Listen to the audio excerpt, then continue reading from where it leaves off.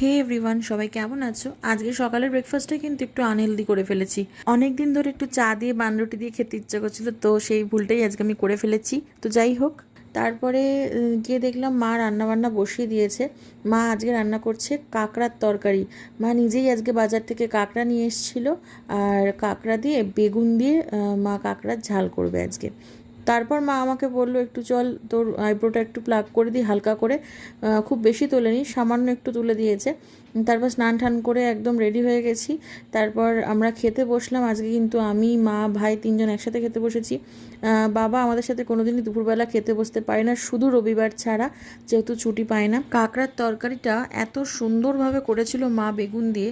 আর আমাদের সত্যি কথা বলতে বহু দিন পর কাঁকড়া রান্না হয়েছে, সুতরাং আমরা সবাই খুব মজা করে খেয়েছি। আমার তৈরি করা মিনি ব্লগগুলো তোমাদের কেমন লাগছে অবশ্যই জানাতে ভুলো না, আর ভালো লাগলে সাবস্ক্রাইব করে দিও। Thanks for watching.